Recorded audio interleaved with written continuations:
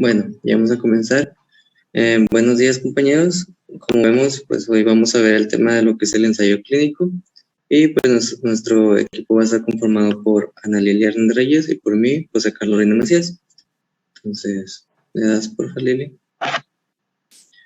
Bueno, antes de hablar de lo que es el ensayo clínico, es necesario tocar un poquito el tema de lo que es la investigación clínica, ya que pues vamos a tener por definición que esta va a ser una investigación sistemática tanto de la biología, de la salud o la enfermedad humana, que esta pues obviamente va a ser realizada sobre las personas y va a estar diseñada para desarrollar o contribuir a alcanzar un conocimiento generalizable.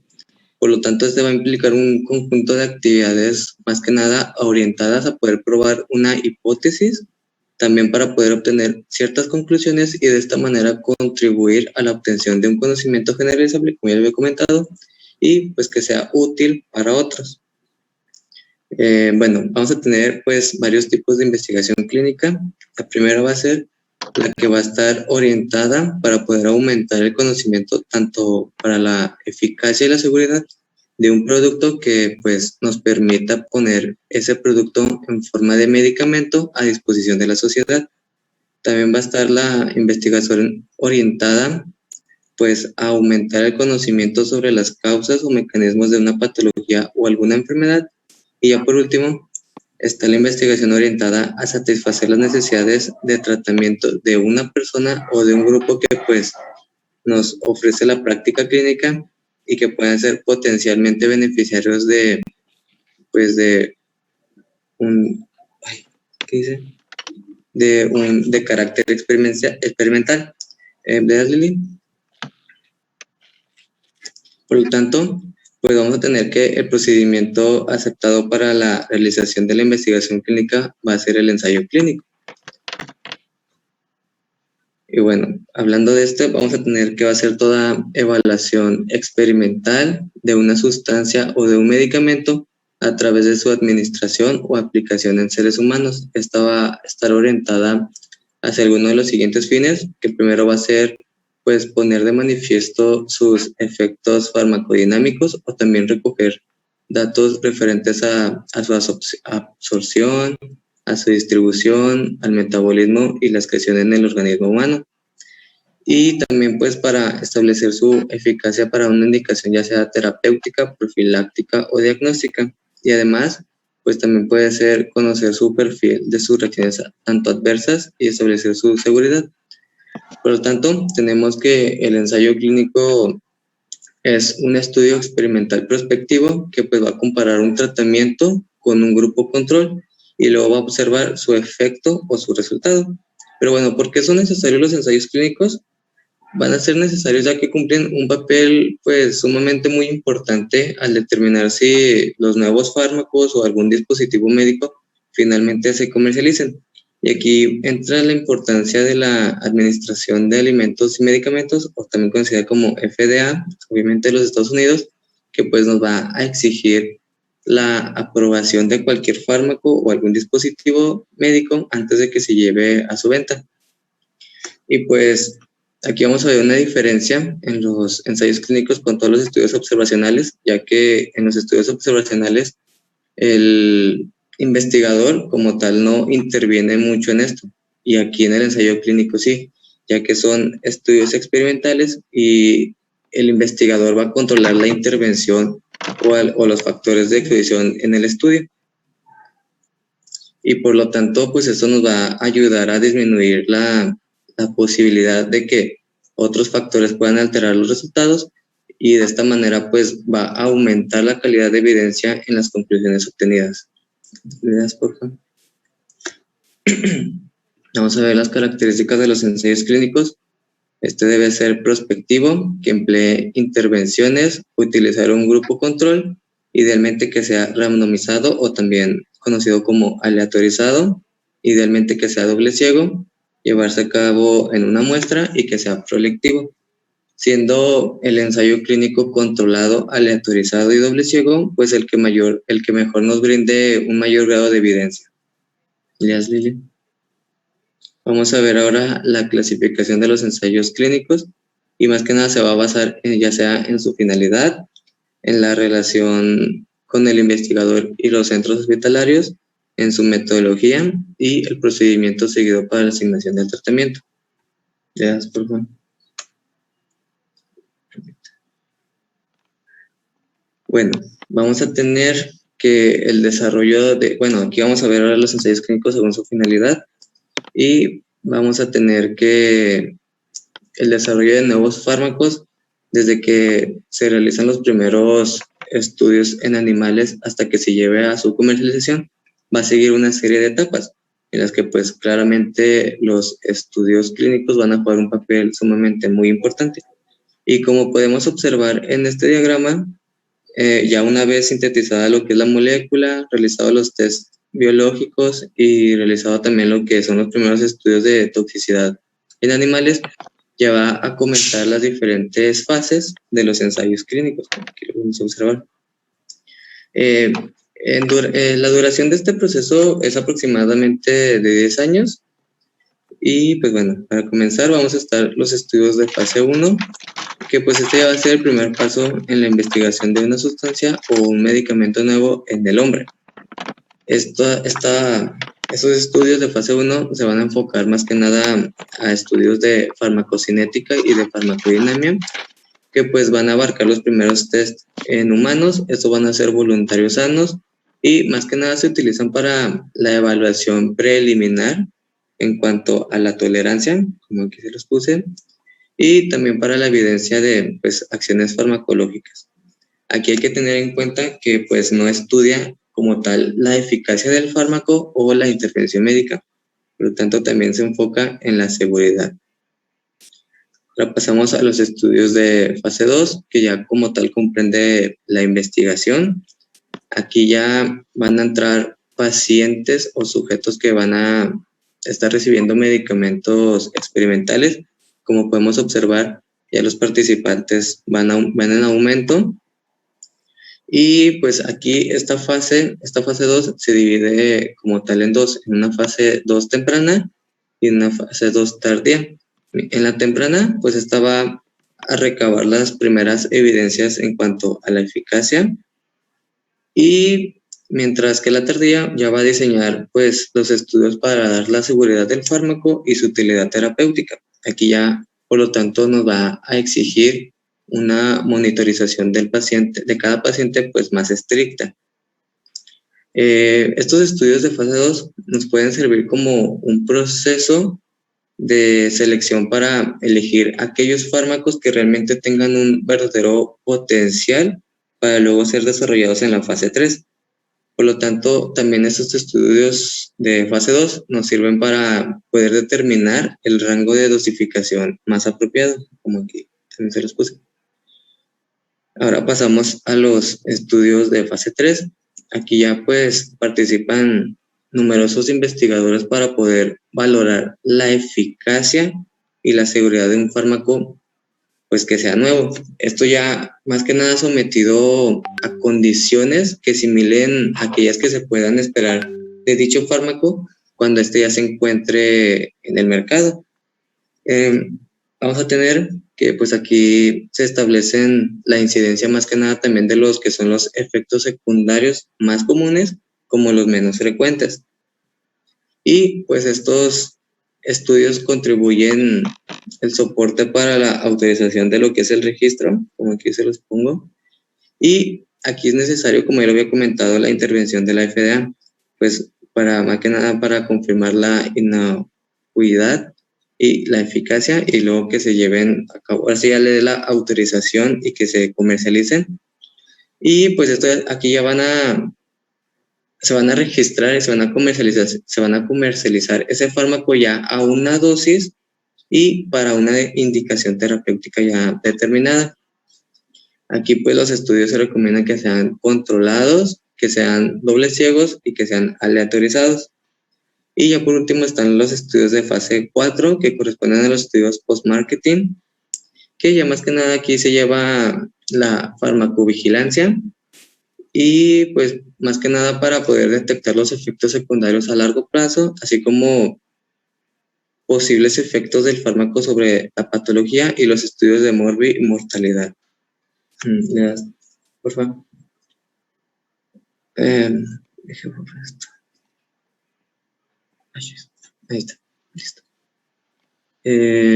Ahora vamos a ver los ensayos clínicos según el investigador y los centros que intervienen. Aquí son los estudios unicéntricos y multicéntricos.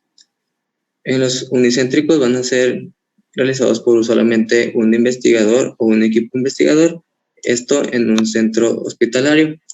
Las ventajas es de que son pues más rápidos y fáciles de realizar, pero lo malo sería que pues al realizarse en número pues muy pequeño de pacientes y pues de esta manera pues va a ser un poco más difícil poder demostrar si existen posibles diferencias entre los fármacos. Estos estudios unicéntricos se suelen utilizar en los estudios de fase 1 y de fase 2. Raramente se pueden utilizar en los de fase 3. Mientras que los multicéntricos, estos van a utilizar un protocolo común o único para varios investigadores o equipos de investigadores. Aquí sus ventajas van a ser que nos van a permitir un número suficiente de pacientes estudiarlos en menor tiempo, además de que sus conclusiones van a ser fiables y nos van a permitir una mejor valoración del tratamiento, además de que las conclusiones obtenidas son más representativas. Por lo tanto, estos estudios multicéntricos suelen utilizarse en los estudios de fase 3. Y pues le das, por favor, Lili.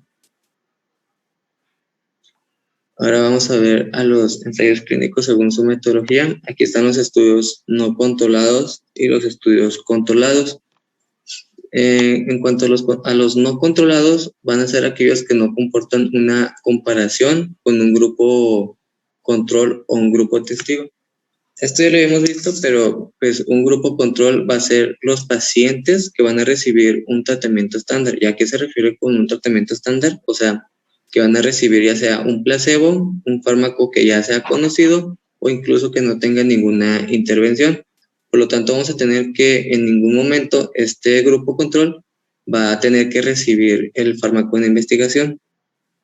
Estos ensayos no controlados suelen utilizarse en las fases tempranas de la investigación, obviamente con los medicamentos, y se utiliza más que nada en fases 1 y en la fase 2.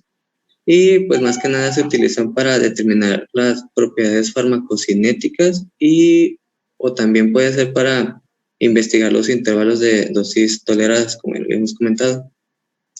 Ahora vamos a ver los estudios controlados.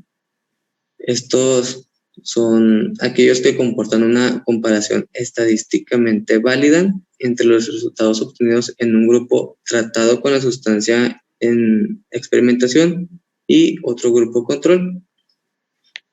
Aquí pues vamos a tener que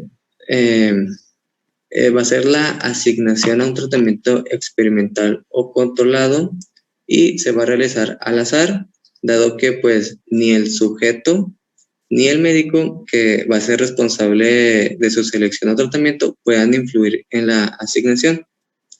Y aquí vamos a ver estudios abiertos o no ciegos, los estudios simple ciego y los estudios doble ciego y triple ciego. ¿Le das, por favor? Bueno, como podemos observar en la imagen, en los estudios abiertos, vamos a tener que los sujetos y los investigadores pues van a conocer a qué tipo de tratamiento han sido asignados. Y pues obviamente se van a utilizar por dos razones muy obvias. La primera es de que van a ser más fáciles de realizar que los demás estudios. Además de que los investigadores pueden sentirse más cómodos a la hora de tomar decisiones, ya que en sí conocen la intervención. Y pues lo malo, bueno, o sea, su contraparte es de que pueden tener la posibilidad más grande de que surjan sesgos. En cuanto a los simples ciegos, aquí vamos a tener, como lo podemos observar, que los sujetos van a desconocer pues al grupo al que se le ha asignado. Por lo tanto, aquí se va a tratar de neutralizar lo que es el efecto placebo. Aquí uno de los mayores problemas es de que el equipo investigador, ya sean médicos o enfermeras, al conocer el tratamiento que se va a emplear, va a ser más posible que influyan en las decisiones que se vayan a tomar en el curso de la terapia. Por ejemplo, que puedan modificar la dosis a su preferencia, en cuanto también puede ser la intensidad en cuanto a la supervisión de los pacientes, entre otras. Por lo tanto, esto puede influir enormemente en la valoración de los resultados, con lo que pues pueden dar un riesgo mayor a que se dé un sesgo. Luego están los dobles ciegos, que aquí vamos a tener, como lo podemos observar, que los sujetos ni el investigador van a conocer la asignación de los grupos de tratamiento. Por lo tanto, bueno, la función va a ser tratar de neutralizar lo que es el efecto placebo y a su vez neutralizar lo que es la subjetividad del observador. Y pues estos son preceptivos en estudios de eficacia, y la principal ventaja de estos ensayos es que nos va a reducir el riesgo de un sesgo.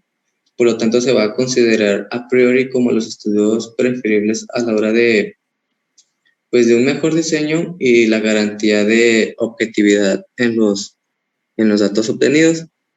Ya por último tenemos los triples ciegos, y como podemos observar, ni los pacientes, ni el investigador, ni el evaluador van a conocer la intervención que se está realizando, y tienen como finalidad neutralizar también el efecto placebo, neutralizar la subjetividad del observador y además del evaluador, ya que este último pues se va a limitar a valorar los resultados utilizando letras, más que nada sin saber a cuál de los tratamientos comparables se va a referir. ¿Le das, Lili?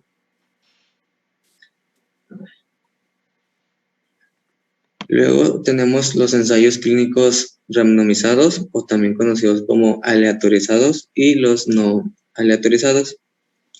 Esto, bueno, ¿y a qué se refiere con randomización o asignación aleatorizada? Este va a ser un proceso por el cual, pues, cada sujeto del ensayo claramente pues va a tener la misma probabilidad estadística de ser asignado al grupo al que se le vaya a ensayar la intervención médica o al grupo control. Y pues vamos a tener en los aleatorizados que sus principales ventajas es de que nos va a reducir las posibilidades de un sesgo que pues nos pudiera originar el investigador cuando éste tiene la libertad de decisión para poder asignar el tratamiento, además de que nos va a permitir garantizar la validez del test de significado estadístico. Y pues por otra parte, en los no aleatorizados vamos a tener que sus grandes problemas que derivan de estos estudios de asignación ya sistematizada determinada serían que el investigador va a conocer de antemano el tratamiento que va a recibir el paciente, por lo que puede decidir si este es incluido o no en el estudio. Además de que aquí vamos a tener que los grupos no son estrictamente comparables. Y pues le das, Lili. Y aquí yo les traigo como un resumen de todo lo que hemos estado viendo, en lo que podemos observar que en las fases del ensayo clínico, como aquí en la fase 1, aquí en la fase 1 se recomienda estudios que sean abiertos, simples o doble ciego. En las fases 2 se recomienda, por lo tanto, que sean estudios aleatorizados, doble ciego, controlados con placebo, y aquí se recomienda que también incluyan criterios de inclusión y exclusión que sean estrictos, mientras que en la fase 3 que sean aleatorizados, doble ciego, controlados con placebo y o fármaco de referencia. Aquí también que sean criterios de inclusión y exclusión menos estrictos. Y ya por último, en los de fase 4, que sean aleatorizados, doble ciego, controlados con fármacos de referencia y pues los estudios observacionales. Ahora, vamos a tener que, pues claramente, un ensayo clínico debe ser previamente diseñado en una forma muy minuciosa, esto con una metodología pues adecuada, teniendo en cuenta una serie de variables para poder minimizar todo tipo de sesgo, desde la selección de un paciente hasta la expresión de los resultados. Y vamos a tener que los sesgos más frecuentes en un ensayo clínico van a ser los de selección y los de medición. Y pues vamos a tener que los estudios mal diseñados van a hacer que los resultados parezcan mejores de lo que realmente son, o que los tratamientos inadecuados parezcan funcionar cuando pues en realidad no lo son, o incluso puede ser hasta perjudiciales. Y pues sería todo de la presentación, doctora. Ok, ¿alguien tiene alguna duda? No quites esta, doctor, por favor.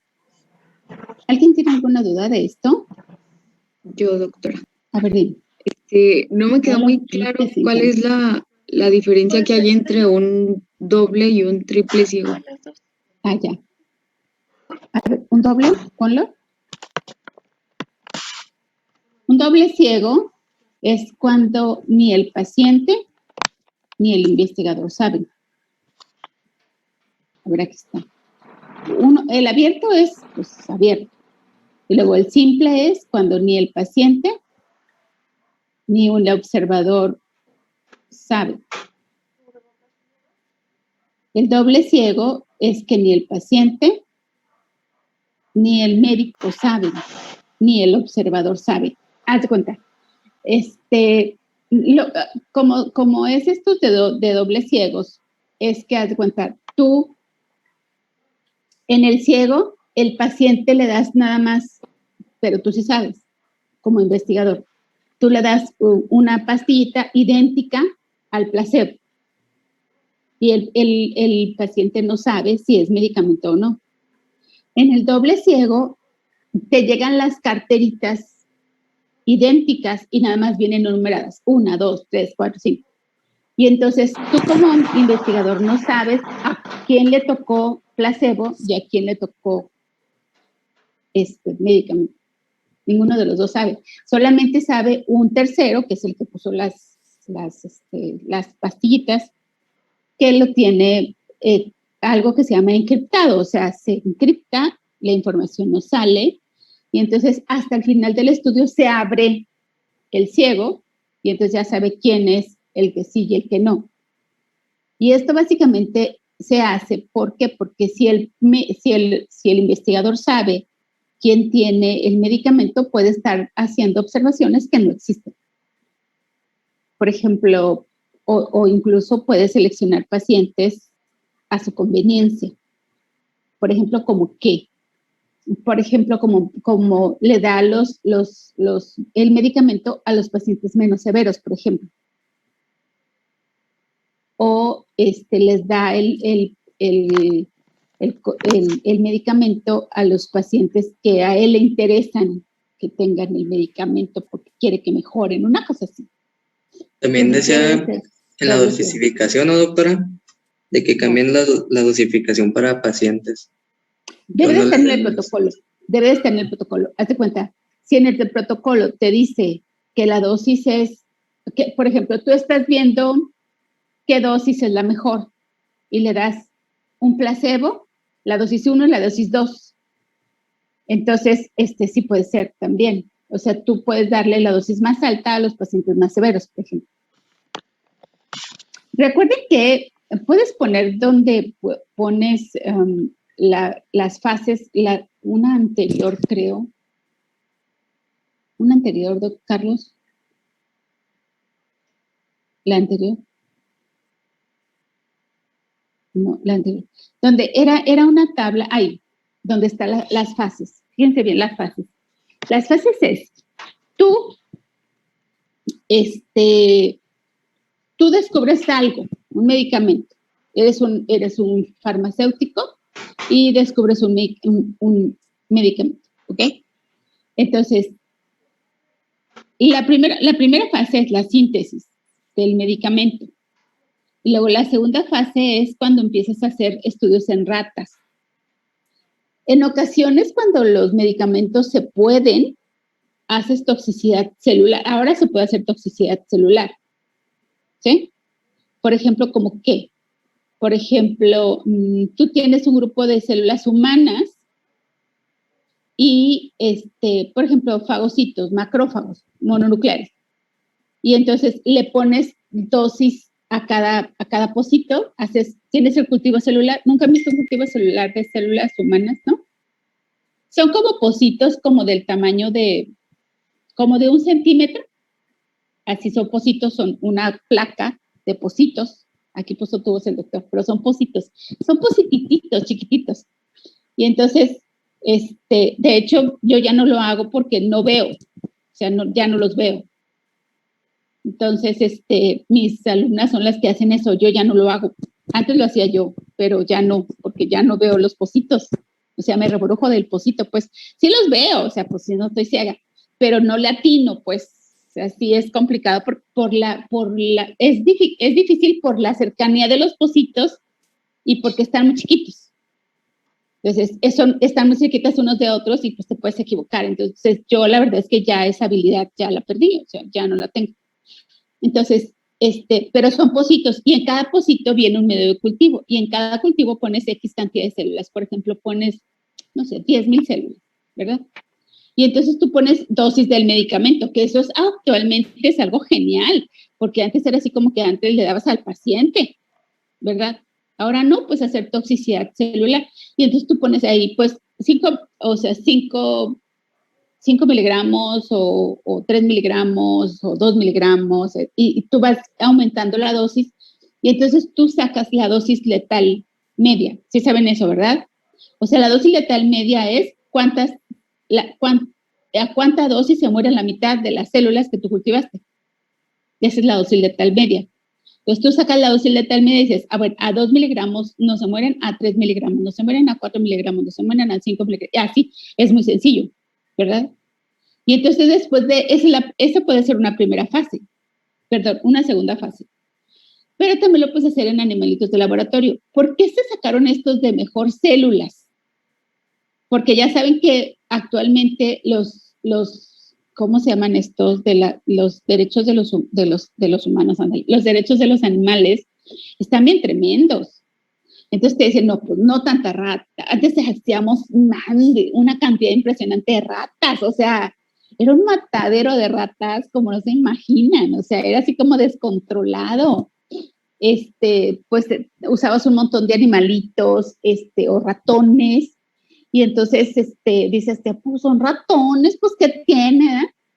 Y actualmente, pues, gracias a estas asociaciones de los derechos de los animales, dicen, pues, no lo debes hacer sufrir, no debes picarlo tanto, o sea, el protocolo debe de decirte qué debes hacer, y al final lo debes de sacrificar al animalito, o sea, no como lo hacen, bueno, no sé si actualmente están yendo a ustedes a los perros, ¿no? A las cirugías no fueron, qué bueno, no es cierto, o sea, vaya. O sea, me refiero a que bueno, porque verdaderamente ustedes eran bastante crueles, o sea, les quitaban un vaso y luego un hígado y luego les quitaban un riñón y luego los cuidaban y luego no los mataban. Y luego dice uno, no, pues así no debe de ser, ¿verdad? O sea, porque era un experimento como tal.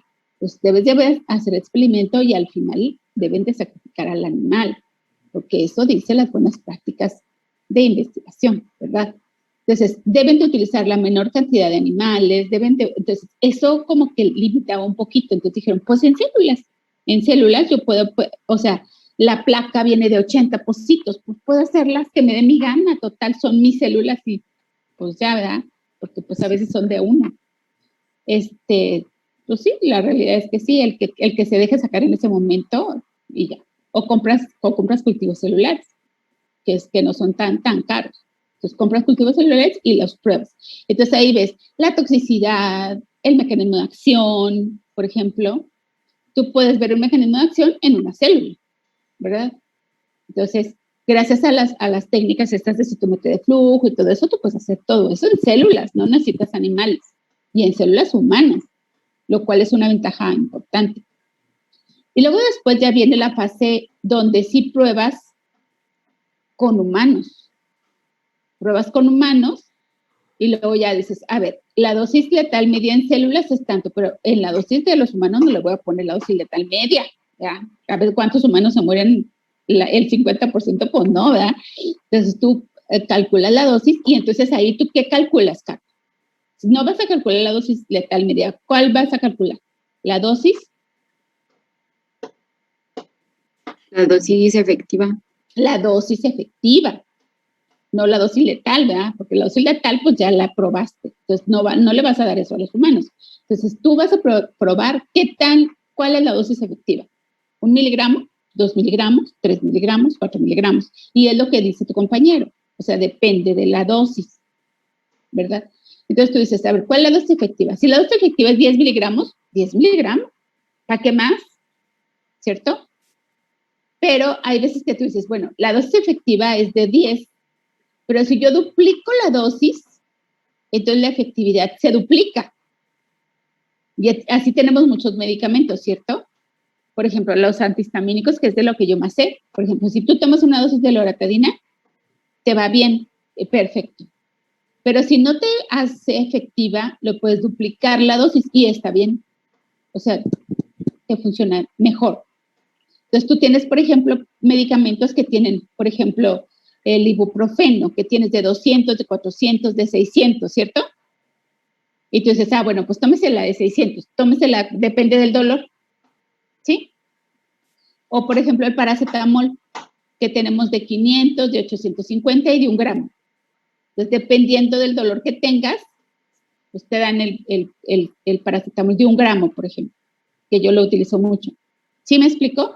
O sea, de eso depende, pues, las dosis de los medicamentos porque ya las probaron. Y finalmente, esto es la última fase, que es la fase 4, que es cuando ya se va a acabar, me dicen, porque yo sigo para el blando como loca. Es que no veo. ¿Dónde me dice los minutos que me quedan? Quedan 5 minutos. 5 minutos, doctora. 5 minutos, ok. Con 5 minutos acabamos. Entonces, esta última fase es post-mercadeo, se llama, post-mercadeo. Entonces, tú sacas el medicamento al mercado y entonces tú, después de eso, ves qué le pasa a los pacientes. Entonces, ¿qué haces? Bueno, para empezar, para sacar un medicamento al mercado es sumamente caro por todos los estudios de investigación que tienen que hacer y toda la mercadotecnia y todo. Por eso dicen los laboratorios que no pueden dar las fórmulas tan fácilmente. ¿Cuánto tiene un medicamento como de gracia para utilizar su fórmula, Carlos? Una fórmula original, ¿cuánto tiene? Antes de que salga un genérico. ¿Alguien sabe? Eso sale en la tele. No. Creo que son... ¿Un año? Sí. Un año es bien poquito. 5 o 10 años, no me acuerdo cuál de 10 años para que el laboratorio logre sacar toda la ganancia que se puede, ¿verdad? Hay medicamentos que definitivamente son un fracaso. Hay medicamentos que son muy exitosos, ¿verdad? Entonces, hay medicamentos que fueron desarrollados para algo y sirven para otra cosa. ¿Ustedes saben cómo cuál? ¿Qué es esa? El Viagra, por ejemplo, que fue una serendipia, ¿verdad? ¿Sí saben lo que es una serendipia, Karen? Sí, es cuando se hace un medicamento con un fin, por ejemplo, para tratar, no sé, la hipertensión, pero ya a la hora de usarlo es como más efectivo para tratar otras enfermedades. Claro. Decía mi maestro, que en paz descanse, que Dios lo debe de tener donde le corresponde, que es como buscar una hoja en un pajar y encontrar la hija del granjero, ¿verdad? Esa es una serendipia. Y encontrar al hijo, en el caso de ustedes, al hijo del granjero. ¿Verdad? Está bien guapo. Entonces, esa es una serendipia. O sea, lo buscas para una cosa y sirve para otra. Como el Viagra, que es el más famoso, el que ha dado más dinero a la industria farmacéutica. Pero hay muchos, por ejemplo, hay muchos antihistamínicos que al principio fueron antihistamínicos y los sacaron del mercado por sus efectos secundarios. Por ejemplo, como la difenhidramina o algo así, que lo sacaron del mercado al principio porque producía mucho sueño. Y luego después lo regresaron al mercado como un medicamento para dormir. Es el Nightor, que es un antihistamínico. O, por ejemplo, como el ¿cómo se llama? El para el vómito, ¿cómo se llama esto? El que usamos para viajar, para el vómito. ¿Dramamine? El Dramamine, por ejemplo, es un antihistamínico. Y entonces lo sacaron del mercado porque daba mucho sueño y se dieron cuenta que disminuía el vómito, y entonces lo volvieron a meter como un antiemético, el Dramamine, el Bontrol. Doctora, y en esos casos en los que resulta que el medicamento sirve para otra cosa, ¿hay que volver a hacer un ensayo clínico pero ahora con ese objetivo o con el que ya se tenía es suficiente? No, con el que ya se tenía es un efecto secundario. Son interesantes los efectos secundarios. Porque, haz de cuenta, actúa sobre otro receptor. Es muy bonito estudiar eso. Cuando yo lo estudié me pareció muy interesante. Entonces, este tipo de medicamentos ya nada más los introduces con otro mecanismo. Entonces, sirven para que el paciente duerma o sirven para que el paciente, etcétera. Por ejemplo, algo que sacaron, y luego después hay medicamentos que sacan del mercado, como no es la... ¿Etidina? Por ejemplo, la talidomida, que se va a cortar. Queda un minuto. Ok, vamos a salirnos entonces. Ahorita dentro,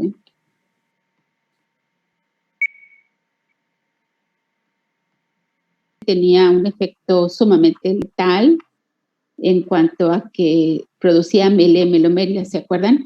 ¿Alguien sabe cuál es el mecanismo por la cual la talidomida produce eso? Es un mecanismo inmunológico, por eso les pregunto.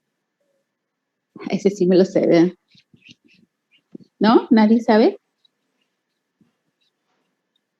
¿No?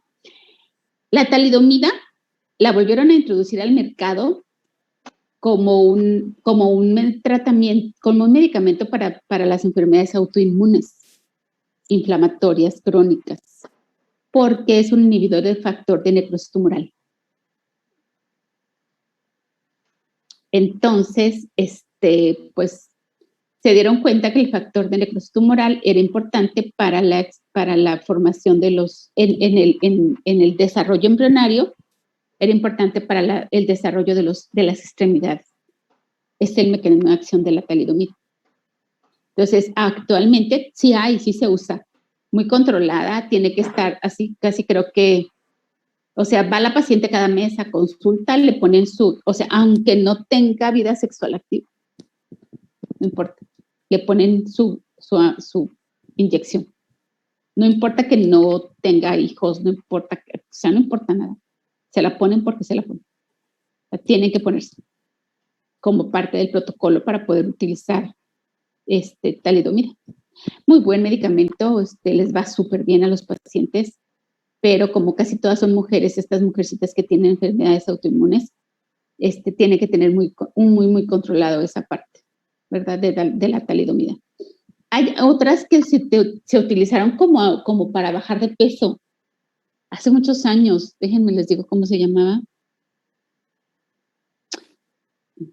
Era como la difenidramina. No se crean.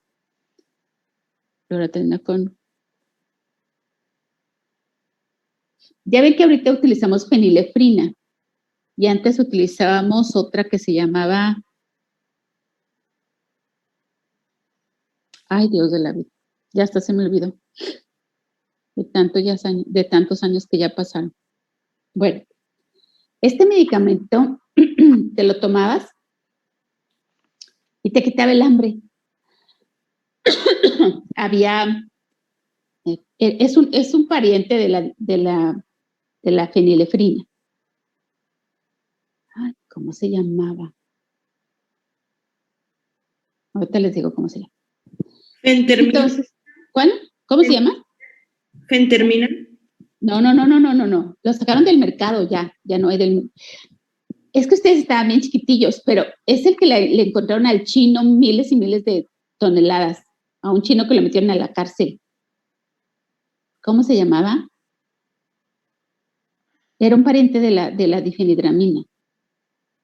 Se llamaba muy parecido. Bueno, había un medicamento, ese medicamento que tú te lo tomabas, para empezar, te sentías drogada. Bueno, yo no me lo tomaba porque yo me sentía drogada literal. O sea, yo sentías como que pisabas sobre algodón. La Era anfetamina. ¿Cuál? La anfetamina no era. Pues no es una anfetamina. Pero de ahí sacaban la anfetamina. Es el precursor de las anfetaminas. Pero aparte a mí me quitaba el hambre 24 horas. Te lo tomabas como para la gripa y esas cosas.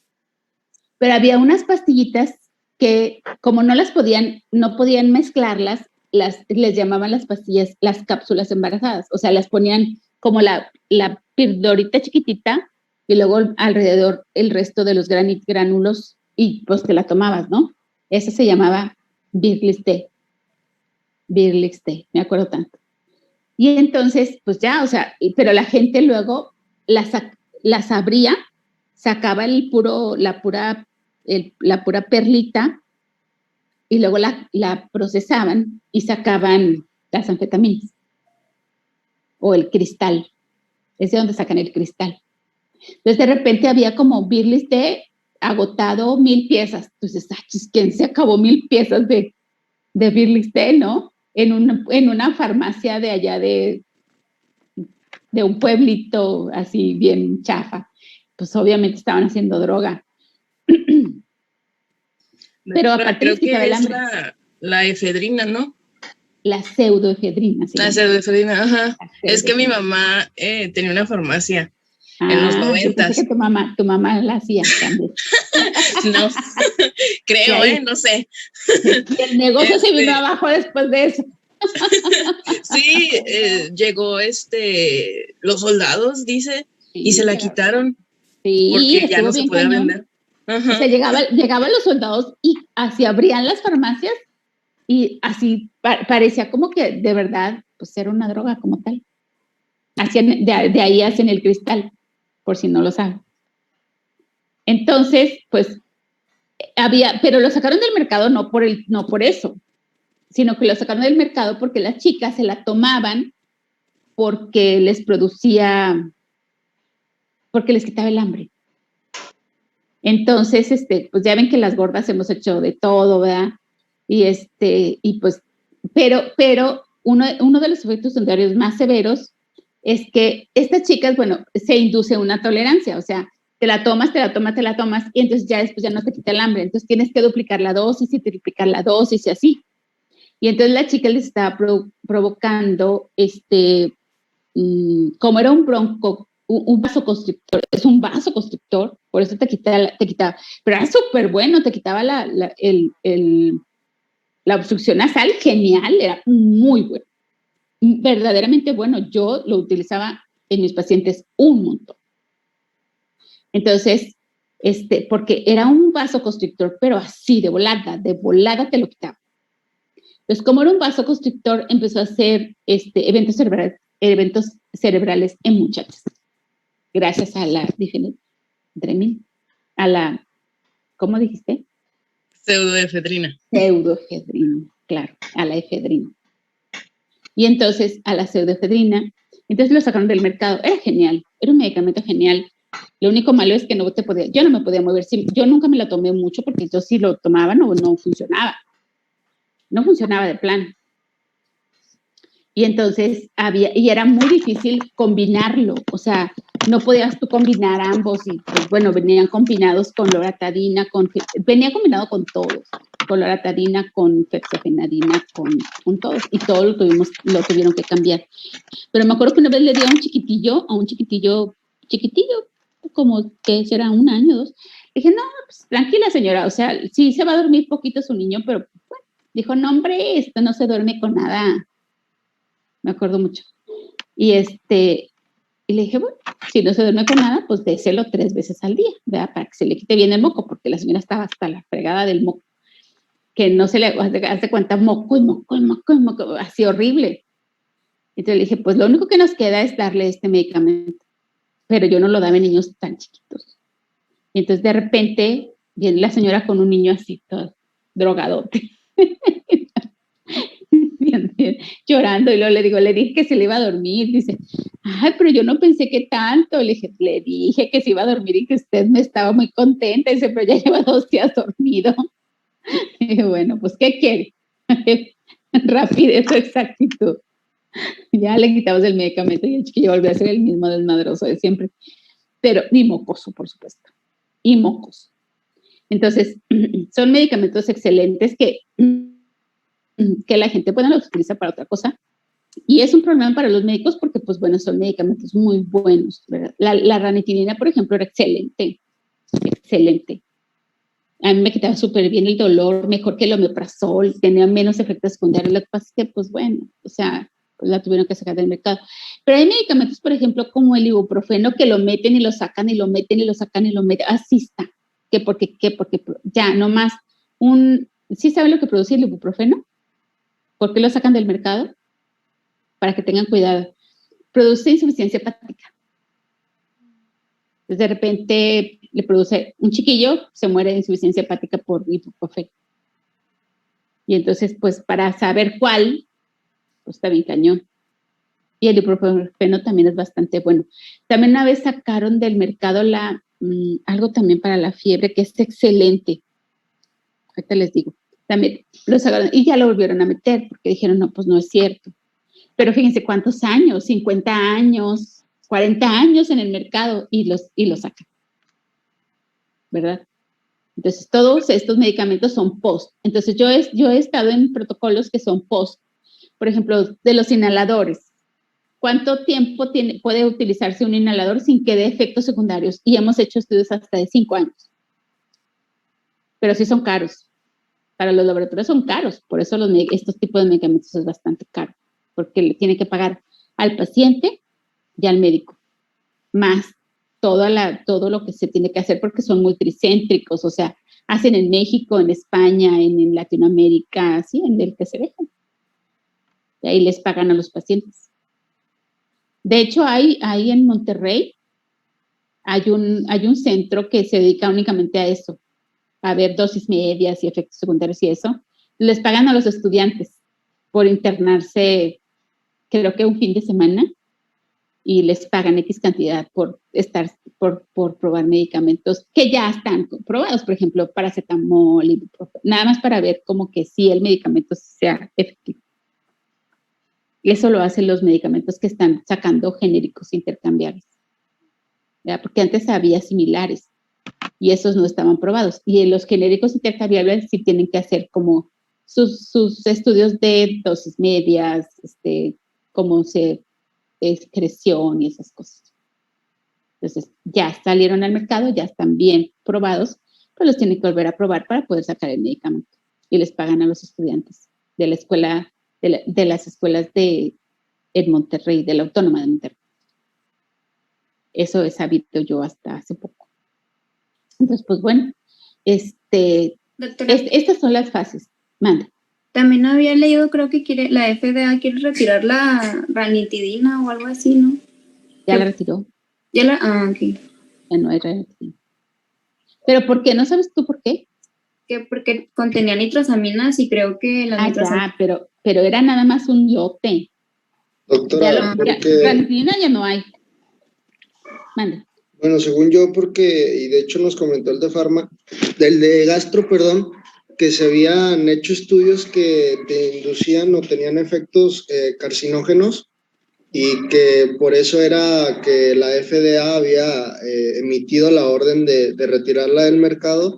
Sin embargo, también creo que nos había dicho que había como que controversia por el hecho de si realmente era un medicamento que se tenía que recetar propiamente con una prescripción médica y retirarla de venta libre, o si propiamente retirarla totalmente del mercado por todo lo de los efectos cancerígenos. Lo que pasa es que te produce aplasia de las células parietales, las que secretan el ácido clorhídrico. Entonces, estas células pueden mutar, pero solamente se utiliza años, ranitidina. Años. Porque, por Dios, ¿cuánta usamos? O sea, no te puedes imaginar cuánto. Había desde gotas, imagínate, desde recién nacidos lo usábamos. había gotitas, hasta adultos, y los usaban años. Pues claro que les va a dar algo. Todo en exceso les da algo. Todo en exceso produce algo, chicos. Todo. Desde cualquier cosa que me digan.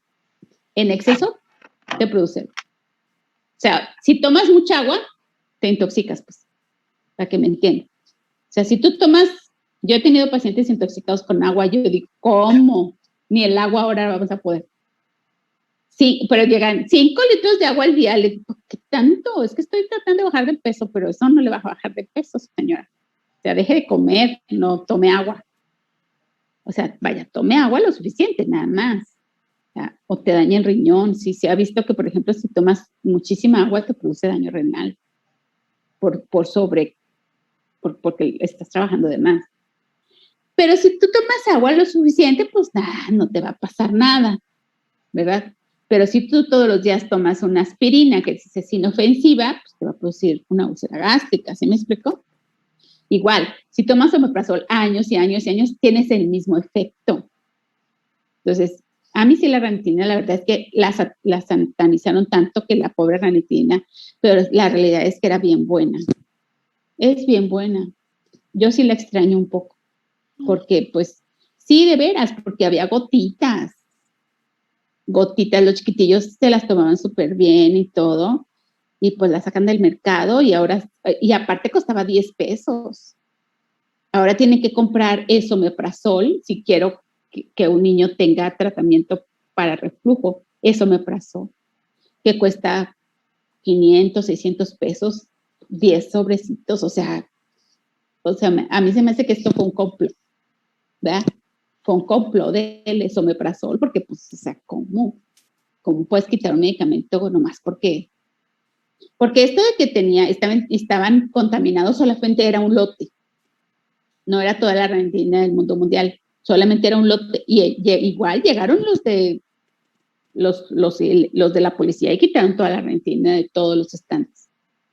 Es impresionante cómo le hacen ahí, o sea, pero sí, y así hay muchos medicamentos que sacan todo, ¿no? Había uno también para el dolor muy bueno que salió, que estaba bien caro y lo tuvieron que sacar porque producía daño hepático, pero después de 5 años lo sacaron. Los pacientes empezaron, como lo utilizaban para la artritis crónica, entonces era excelente. Yo lo tomaba, pero pues lo tomaba ocasionalmente, pero como estos pacientes lo utilizaban durante pues tiempos prolongados, así, porque pues tenían dolor, y les produjo insuficiencia hepática, entonces lo tuvieron que sacar. Ese sí lo sacaron del mercado. Y así, pues ha habido muchos. Pues vamos a ver el ejemplo clásico actual de las vacunas contra COVID, las cuales pues no tienen ni primera fase, ni segunda fase, ni tercera fase de investigación. O sea, literal, somos el grupo de investigación. Es triste, ¿no?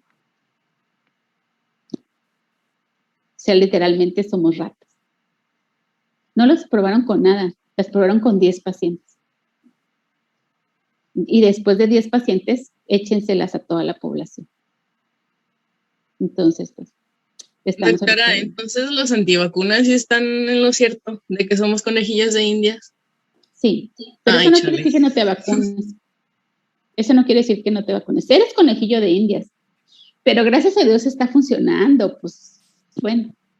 Pero eso de que tengamos un chip, yo digo, ay, ¿qué quieren saber qué hago en la vida? Por Dios, o sea, es como cuando estaba yo en los plomos y luego dice una paciente, no sé si ya se las he contado, dice, llega una paciente y luego bien asustada, todo era gratis, bueno, el programa es gratuito, y entonces me dice, no, doctora, es que dicen, yo ya no quiero traer a mis hijos, y yo, ¿por qué, señora? Pues se tiene que tener el control del plomo, ¿verdad? Porque los niños estaban con plomo alto. Y entonces me dicen, no, es que dicen que aquí están haciendo investigaciones muy raras. Dije, ¿cómo, señora? Dice, sí, dice que están clonando a los niños. Yo dije, clonando a los desmadrosos estos, aparte feos, ¿verdad? Dijeron, pues tan bonitos, pues bueno. pero bien feitos, los chiquitos feitos, y no se imaginan, son los más desmadrosos que yo he conocido en toda mi vida. Y luego le digo, los estamos clonando. No, señora, los estamos quelando. Se quelan para el plomo. No clonando, quelando, se les está quitando el plomo. Entonces así estamos con las antivacunas, ¿verdad? Sí, no sé para qué los quieren poner un chip, no me lo puedo imaginar. ¿Ustedes se pueden imaginar para qué quieren a alguien ponerles un chip? O sea, o estar oyendo pendejadas de alguien, no. Ahora, los efectos secundarios de las vacunas, pues bueno, dicen, están dejando estériles a los hombres, ¿verdad? Eso dicen. Pero los hombres están quedando estériles no por las vacunas. Chicos, a ver cuántos chicos hay bastantitos en este grupo. ¿Sí saben por qué se están quedando estériles los varones? Porque sí es verdad. Juan, Lerma. Pues guarda tus espermas, Juan, que sí es cierto. Porque sí es cierto. Sobre todo los de la laguna. En esta región se están quedando estériles jóvenes. Dice Michelle, que la fregada. Y luego que los médicos nos embarazamos hasta cuando ya estamos bien viejillos, ¿verdad? O sea, sí, hay que guardar los espermas. Ustedes que están jóvenes, guapos, inteligentes, porque pues si no, lo más se van a estar proliferando los que son feos y cholos, o sea, sí, esa es la realidad. ¿Y sale caro, doctora? No, sale más barato que un celular. Barato. Sí, es por año. No te puedo decir exactamente cuánto sale, pero no está caro. O sea, yo creo que tus papás sí te lo pueden regalar de Navidad. Ándale, guárdame mis espermas ahí. Ahí mis hijitos, tus nietos. Van a ser tus nietos. Es por los organofosforados que hay en la laguna. O sea, las utilizaban como herbicidas y esos nunca se quitan de la tierra y los comemos.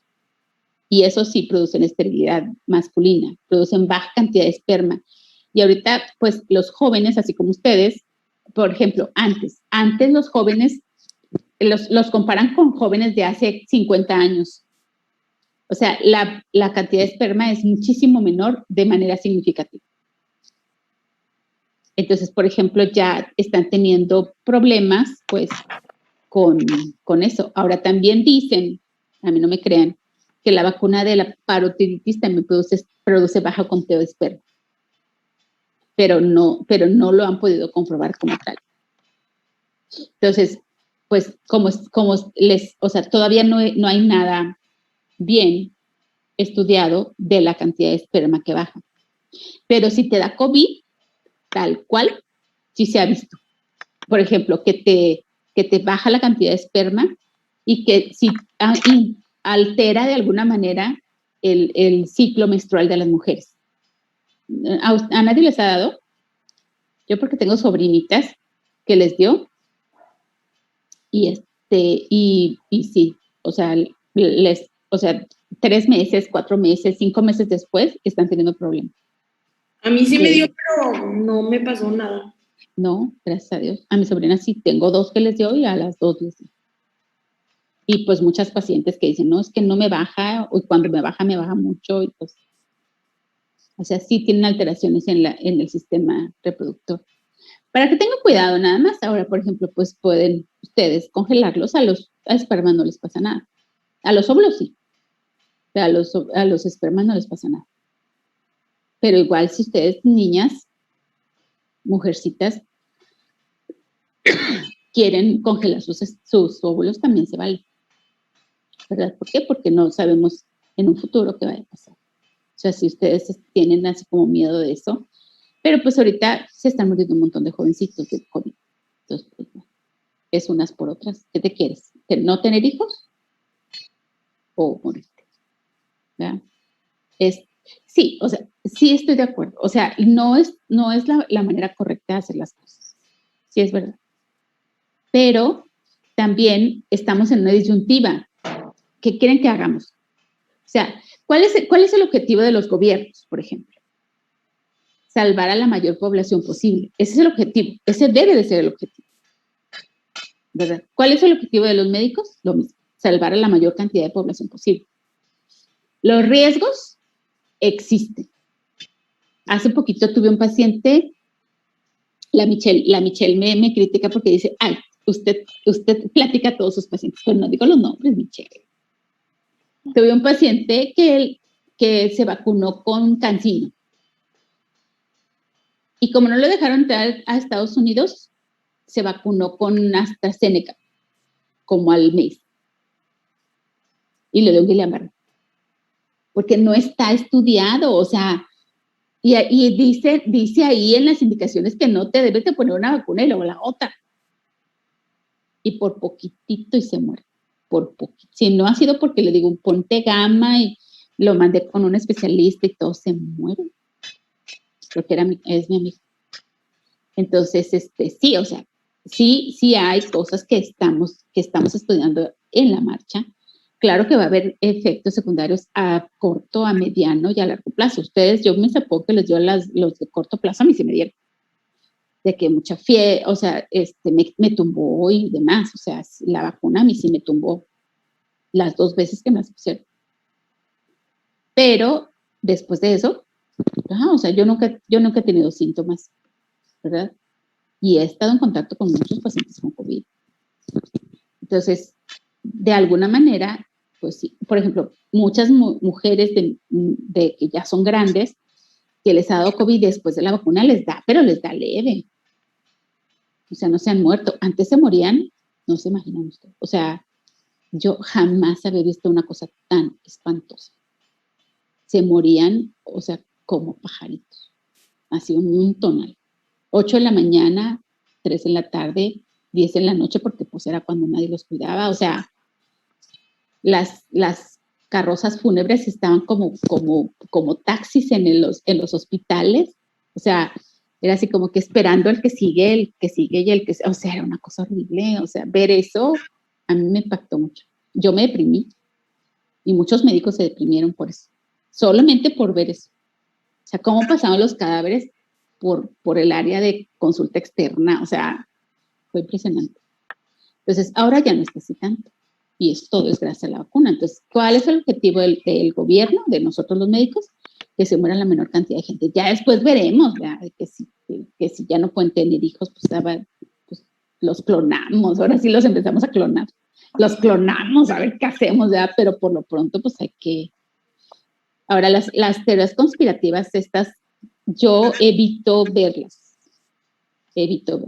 porque son, o sea, te afectan emocionalmente. De por sí, estamos emocionalmente afectados por el encierro, bueno, ustedes por el encierro, nosotros los médicos por la incapacidad de salvar gente, porque es una incapacidad tal cual. O sea, éramos incapaces de salvar a la gente. Entonces, todo eso nos pegó mucho. Y luego ver a los hijos cómo se deprimían. Y luego así, o sea, sí, a toda la población le pegó muy duro. Entonces, y aparte, pues, o sea, yo vi, por ejemplo, familias completas que se morían.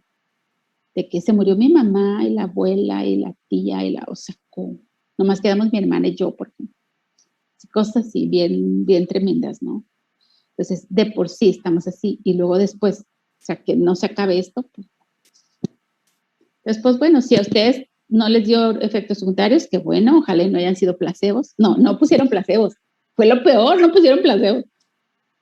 ¿Verdad? No pusieron placebos, entonces, pues todas son vacunas. Si les dio mucha respuesta, qué bueno. Eso quiere decir que, pues, que respondieron adecuadamente, ¿verdad? Y si no les dio tanto, pues hay que hacerse anticuerpos, hay que estar vigilando qué efectos secundarios hay. Si a ustedes todavía tienen un montón de espermas, guárdenlos, congélenlos, no en el congelador, por Dios. Qué asco. Hay que conservarlos a menos 80. Tiene que ser en nitrógeno líquido.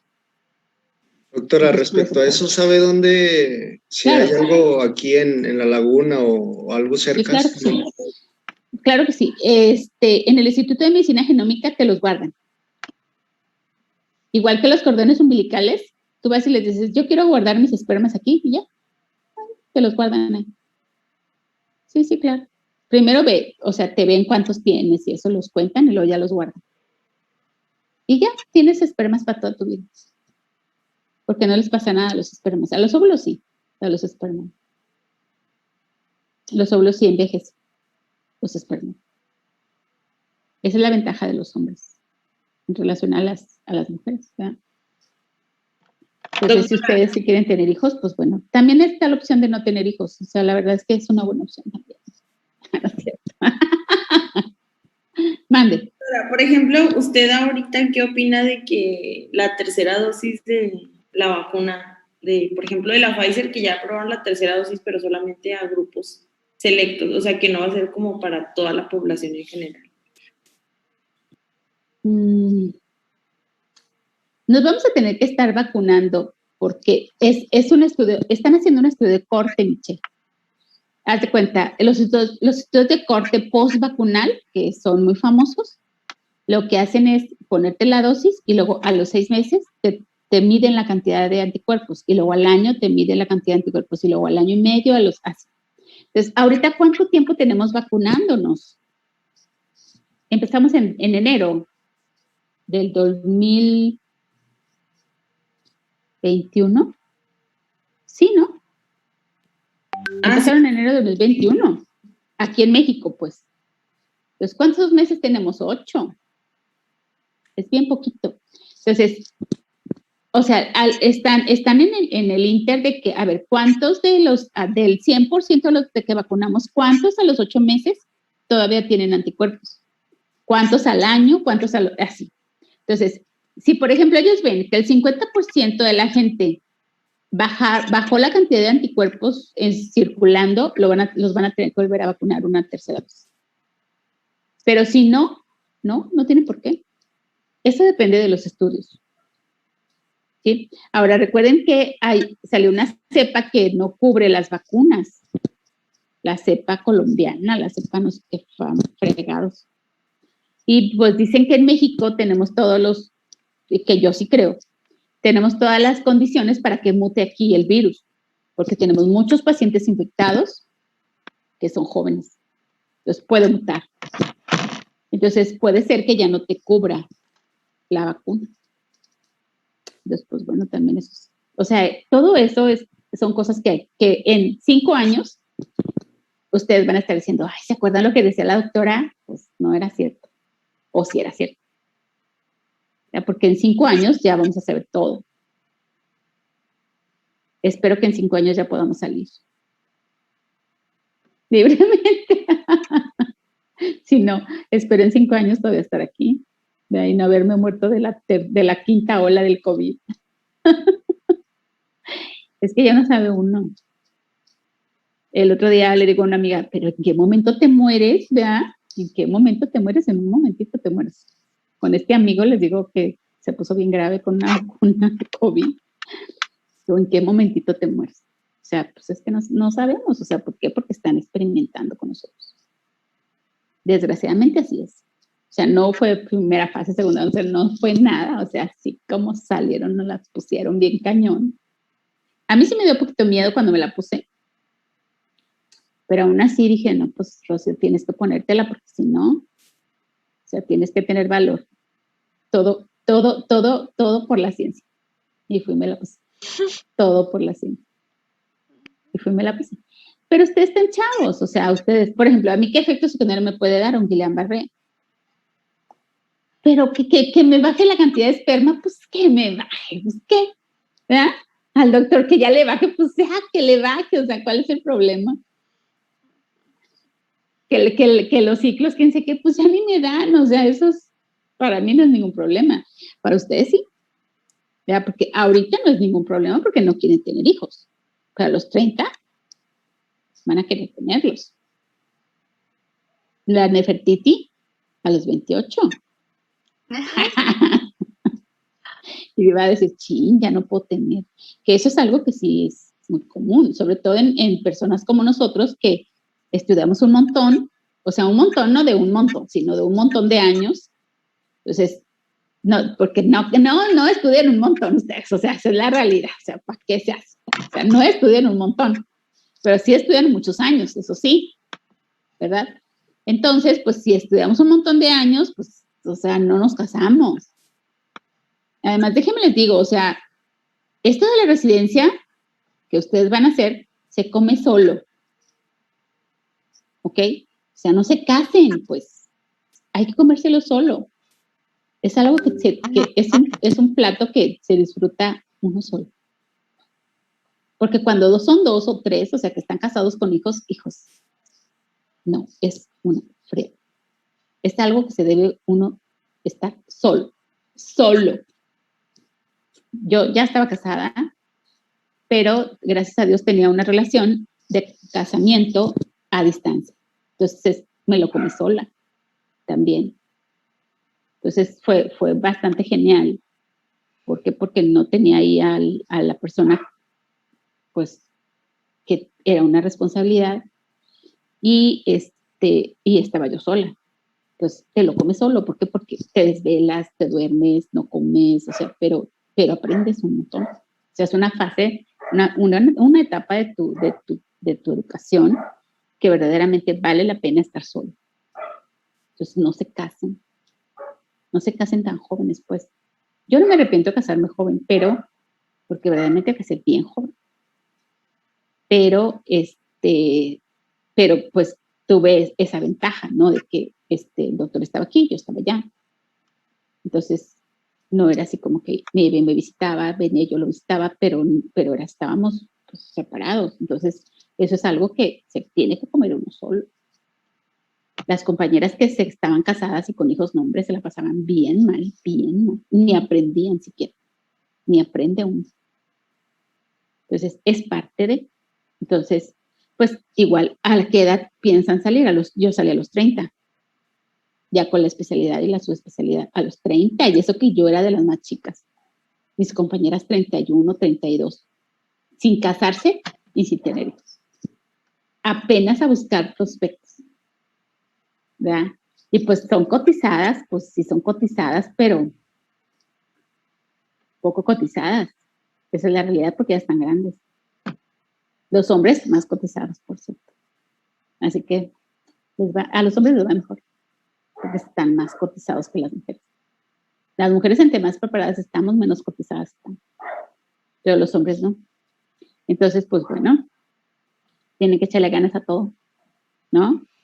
Entonces, es parte de. Entonces, a los 30 van a empezar primero a buscar una pareja. Segundo, para ver si pueden tener hijos.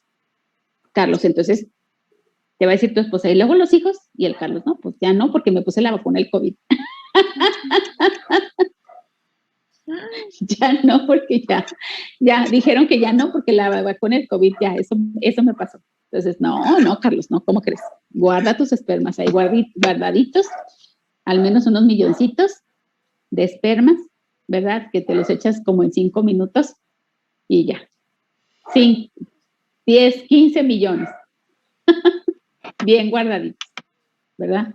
Para que no haya esa asunto. Sí, te debe costar como unos, ¿qué? 5,000 pesos al año. Pero pueden preguntar. Muy bien, chicos. A ver, entonces, todavía tenemos un rato para ver lo del artículo. Me voy a salir, les voy a dar 5 minutos para que vayan a tomarse algo y ahorita regresamos. Divididos aleatoriamente en 2 grupos. En el grupo A se incluyen 57 pacientes con COVID-19 leve, en los cuales este grupo A recibió el tratamiento, que es el aerosol nasal de ivermectina, más aparte también recibieron el protocolo egipcio para tratamiento de COVID-19. Y en el grupo B, que también son 57 pacientes, solamente recibieron el protocolo egipcio para el tratamiento de la COVID-19. Bueno, y ahora, como ya sabemos, es el ensayo clínico es proelectivo, o sea que ellos mismos tienen que hacer las pruebas suficientes para saber, para poder elegir la muestra, no como los pasados que eran retroelectivos y que se podían sacar de historias clínicas o así. Entonces, para ellos diagnosticar el COVID-19, se basaron en la exposición, en la historia de exposición, en la presencia de manifestaciones respiratorias, en síntomas como fiebre, signos radiológicos sugestivos de COVID-19, como lo es el GGO, o también llamado opacidad del vidrio esmerilado. También se basaban en los cambios en el recuento leucocítico total y recuento linfocítico. Y pues ya sabemos que estos pues cursan normalmente con linfopenia, por eso dice que se basaban si estaban normal o reducidos. Y aparte, todos estos casos fueron confirmados en tiempo real por PCR positivo al SARS-CoV-2. Ahora, también nos definen cómo ellos, pues sí, definen un COVID-19 grave y un COVID-19 leve, porque recordemos que este artículo solamente como muestra es COVID-19 leve. Bueno, ellos diagnosticaron COVID-19 grave con la presencia de uno o más de los siguientes ítems, por ejemplo, una frecuencia respiratoria de 30 ciclos por minuto o más, que haya una saturación de oxígeno del 93 o menos, también que haya una presión arterial de oxígeno sobre fracción inspirada de oxígeno, que sea de 300 milímetros de mercurio o menos, y también una insuficiencia respiratoria que pues va a requerir ventilación mecánica. Bueno, aquí abajito pues menciona, también aquellos que presenten shock, el síndrome de disfunción orgánica y aquellos que entren a la unidad de cuidados intensivos. Y ahora, para diagnosticar a los de COVID-19 leve, mencionaba que pues aquellos que no presentaban las anteriores que les mencioné, y aparte pues se definía como un caso sintomático con linfopenia o leucopenia sin signos radiológicos de neumonía.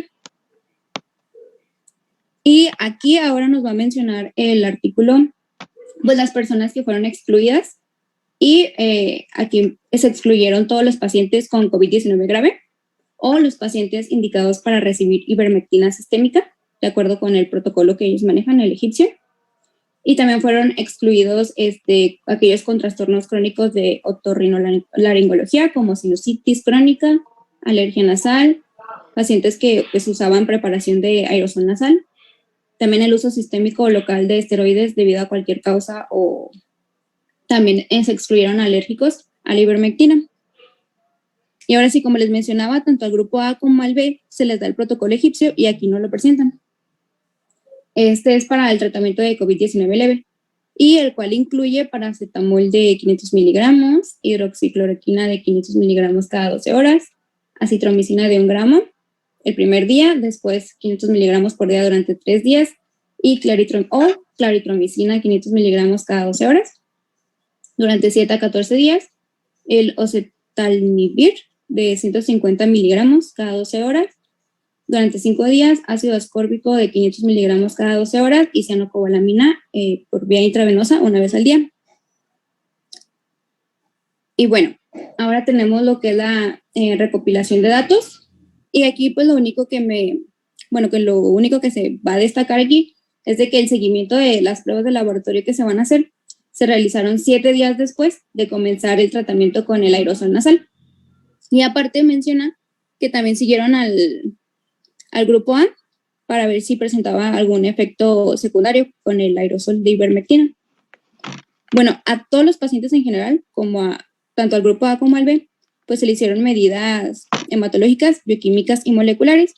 Se menciona que se le extrajeron a todos 6 mililitros de sangre venosa, 2 mililitros se destinaron para un conteo sanguíneo completo, los otros 2 mililitros para la proteína C reactiva y la ferritina sérica, y los últimos 2 para el dímero D, que pues ya sabemos que todos estos son biomarcadores que están presentes también en la COVID-19. Bueno, y aquí más que nada el artículo menciona cómo se preparó la nanosuspensión de ivermectina, o sea, cómo fue el método de preparación, y aquí ahora cómo fue la preparación para que este fármaco sea mucoadhesivo. Y ya mencionan qué polímeros mucoadhesivos utilizaron. Lo que aquí resalté de mayor importancia es de que la concentración de ivermectina por bocanada fue de 70 microgramos por mililitro, recordando que recibieron 2 veces esta ivermectina al día. Me dicen si hay dudas o si voy muy rápido. Bueno, ahora el análisis estadístico. Pues aquí la entrada... Entonces, a ver, yo sí tengo dudas. A ver, pasa lo primerito del material de métodos. A ver, entonces, ¿un grupo era con ivermectina y el otro?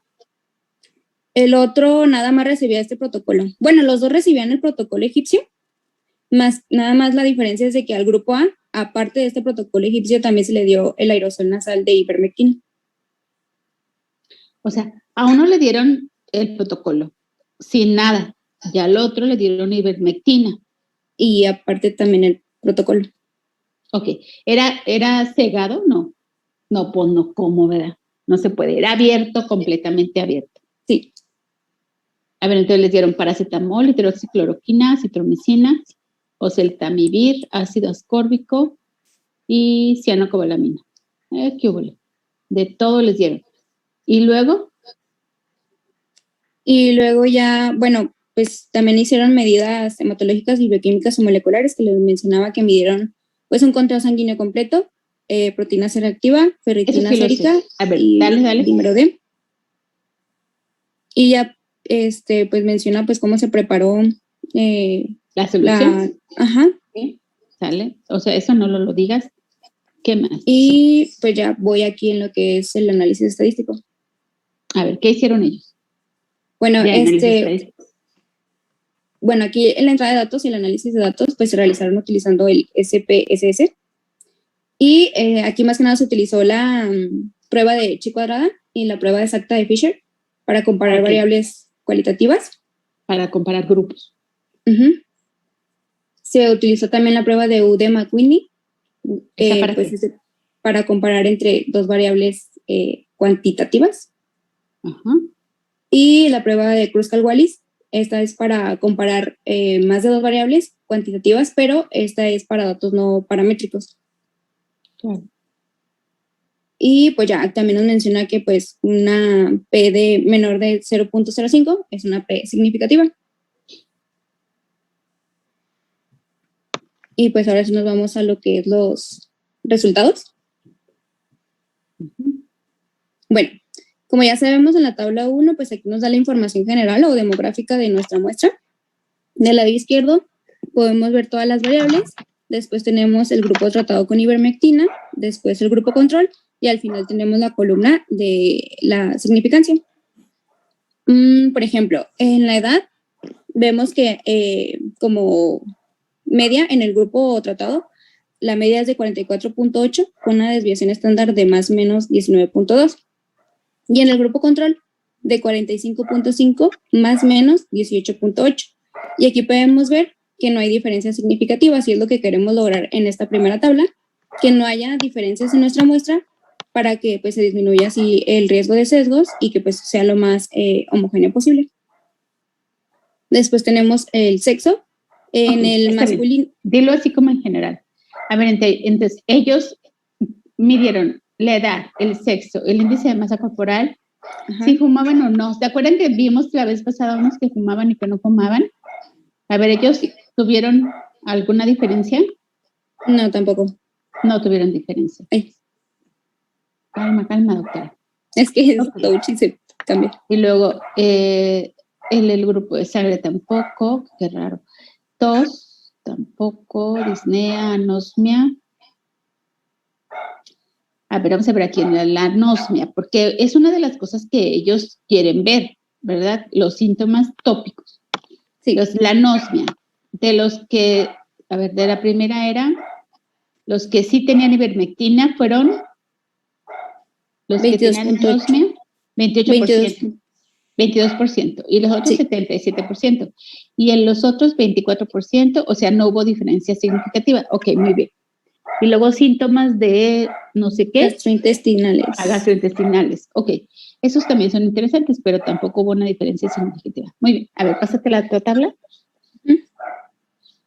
Bueno, aquí en esta tabla mencionan la conversión a PCR negativa a los 7 días, como les había mencionado. Y por ejemplo, los que sí pudieron convertir su PCR de positiva a negativa en el grupo tratado fue el 94.7%, mientras en el grupo control solamente lo pudieron lograr el 75.4%. Los que no pudieron lograr un PCR negativo en el grupo tratado solamente fue el 5.3% y en el grupo control 24.6%. Y con solo ver pues los porcentajes ya sabemos que sí hay una diferencia significativa y aquí lo podemos ver, que es del 0.004 como P. O sea, pues que en menor tiempo lograron un PCR negativo. Y recordando que pues se midió 2 veces para saber si salió negativo. Pero ¿sabes qué, Lili? Esto también se logra con solución fisiológica. Tengo un artículo de eso. O sea, con la pura Nasalub o Sterimar se logra la PCR negativa. O sea, con solo lavarte la nariz, pues. Ok. O sea, aquí lo que debieron de haber incluido es un grupo con solo solución fisiológica. Porque ya hay artículos que dicen que con solución fisiológica se negativiza la PCR.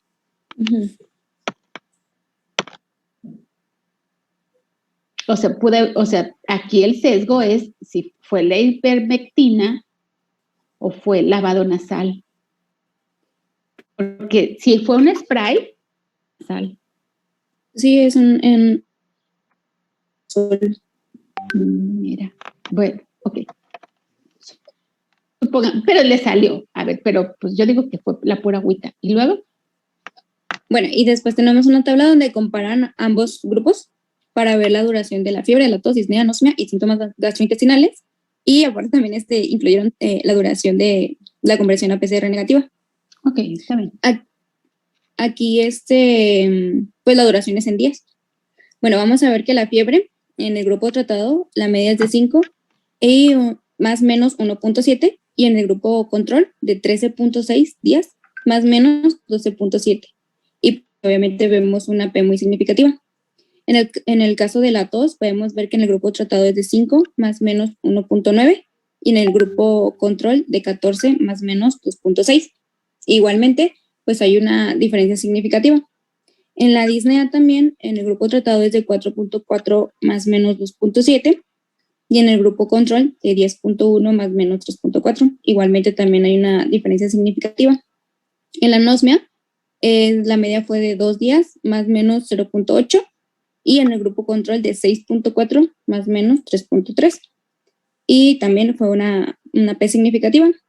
Aquí lo único que no fue significativo fueron los síntomas gastrointestinales, con una mediana de 5 y un rango intercuartílico de 1 a 9, y en el grupo control de una mediana de 4 y un rango de 1 a 9. Y podemos ver que pues la P no salió significativa. Y pues la conversión a PCR negativo de 8.3 días, más o menos 2.8, y en el grupo control de 12.9, más o menos 4.3, y también salió significativo. Ok. Y al final tenemos esta tabla que, bueno, cuando yo lo estaba viendo, pues a mí me hubiera gustado ver una tabla con estos datos que tenían antes del tratamiento y después del tratamiento para ver así cómo bajaron los datos, o sea, para ver si realmente disminuyó el tratamiento, pues estos valores. Porque, por ejemplo, aquí menciona en la relación neutrófilos-linfocitos. Y, por ejemplo, si nos vamos a cómo los tenían antes del tratamiento, vemos que en el grupo tratado es de 3.1 más o menos 1.3 y casi igual en el grupo control, que es 3.1 más o menos 1.2. Y ya después de recibir el tratamiento, vemos que la relación neutrófilos-linfocitos disminuyó hasta 1.5 en el grupo tratado y a 1.9 en el grupo control, dándonos así una P pues significativa. Recordando pues que, bueno, esto yo había consultado que es como un biomarcador para definir así como la gravedad de la COVID-19. Y por ejemplo, en la proteína C reactiva podemos ver que antes de que pues les dieran el tratamiento, en el grupo tratado era de 14 y en el grupo control de 15. Y bajó en el grupo tratado de 14 a 6 y en el grupo control se quedó igual. Y pues por eso tenemos aquí una P muy significativa. Una P muy significativa. En el caso del dímero D, antes del tratamiento, en el grupo tratado era de 320 y en el grupo control de 300. Y de 320 bajó a 250 y de 300 en el grupo control subió a 310, dándonos así una P también significativa.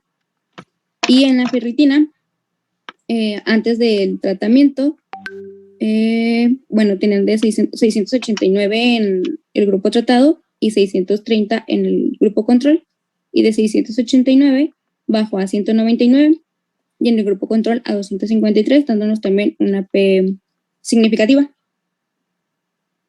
Y pues sí, ya son todos los resultados del artículo. ¿Y qué concluyen ellos? Bueno, en conclusión, mencionan que el uso local del aerosol de nanosuspensión mucoadhesiva de ivermectina es seguro y efectivo en el tratamiento de pacientes leves con COVID-19 y menciona que con un rápido aclaramiento viral y recuperación de manifestaciones respiratorias como anosmia, tos y disnea. Y pues también recalcando pues que no hubo diferencias significativas en los síntomas gastrointestinales. Y pues ya que estos resultados pueden promover pues los protocolos actuales del tratamiento de la COVID-19. Está interesante, fíjate, porque, por ejemplo, hay mucha controversia en el uso de la ivermectina. Hay muchos estudios en donde no sale nada. O sea, no sale que haya alguna diferencia entre sí dar y no dar vía oral. Pero aquí es tópica. O sea, la verdad es que no está tan mala la idea.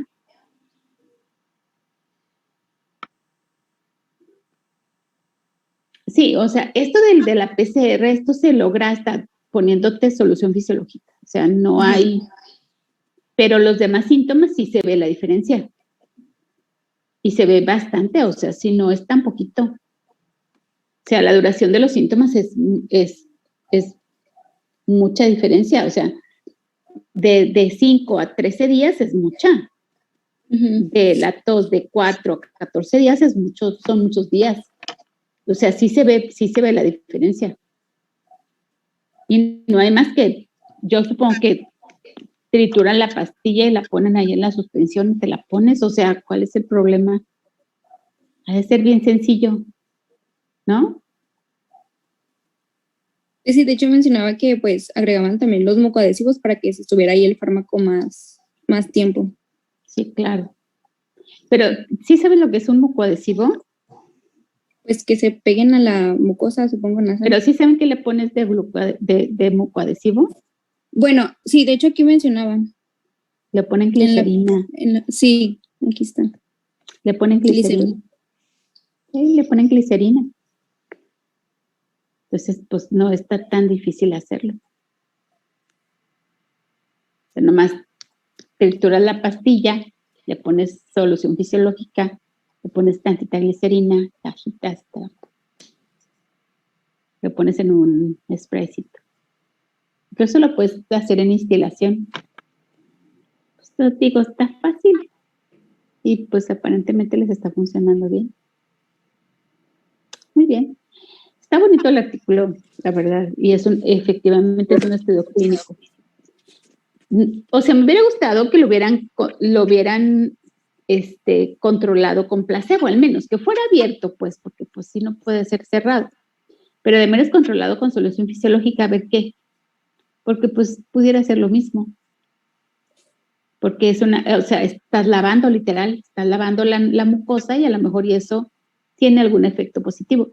Porque yo sí he visto artículos que solamente les dan solución fisiológica, pero no he visto que tengan esto, que es lo bonito de este estudio, que tenga la comparación entre los marcadores, los síntomas, solamente lo hacen con PCR. ¿Qué tanto disminuye la positividad de PCR? Ya ven que hay pacientes que tienen 10, 15 días y todavía están positivos. Hay médicos que hasta 4 meses tienen ya con PCRs positivas. Que ya dicen, ya, pues es su flora normal, doctor, ya. ¿Ya? ¿Qué le va a hacer? ¿Verdad? O sea, usted es un portador asintomático. Entonces, eso, pues, puede ser que mejore, pues, poniéndose un spraycito de este tipo. ¿Cierto? Muy bien, chicos. ¿Alguna duda? ¿No? Muy bien, nos vemos la próxima semana porque ya están aquí mis otros alumnos dándole la taquilla. Nada más rápido antes de irnos. Tenemos una duda, Jimena y yo. Estuvimos buscando artículos de lo que es relación médico-paciente, pero la verdad no encontramos, o sea, salen como ya de años de hace mucho tiempo. ¿Hay? Así, entonces, no hemos encontrado uno así. Bueno, entonces yo me acuerdo que la clase pasada me dijo de una revista donde podíamos encontrarlo, pero la verdad se me estaba trabando y me dio pena volver a preguntarle. Entonces, como son no revistas encontramos... médicas, pero de educación médica continua. Ahí salen. Ok. Es algo así como, puedes hacer como puedes buscarlo como, ay, espérame, te digo como, hay estudios ay, mira, son mercadotécnicos, de que también se sienten, pero de satisfacción. Y eso sale en PubMed. Satisfacción de la atención médica, por ejemplo. O cosas así. También, por ejemplo, hay maneras de medir que, por ejemplo, qué tan rápido los ven, qué tan satisfecho está el paciente, cosas así. Esas las hacen muchos en el seguro. Entonces, en la revista del seguro puedes también encontrarlas, pero si no, en educación médica continua los puedes, las revistas de educación médica. Ahí puedes ver. ¿Sale? Gracias, doctora. Sí, gracias. ¿Y de medicina basada en evidencias también en eso? Sí, hay de medicina basada en evidencias. Hay un montón, de hecho.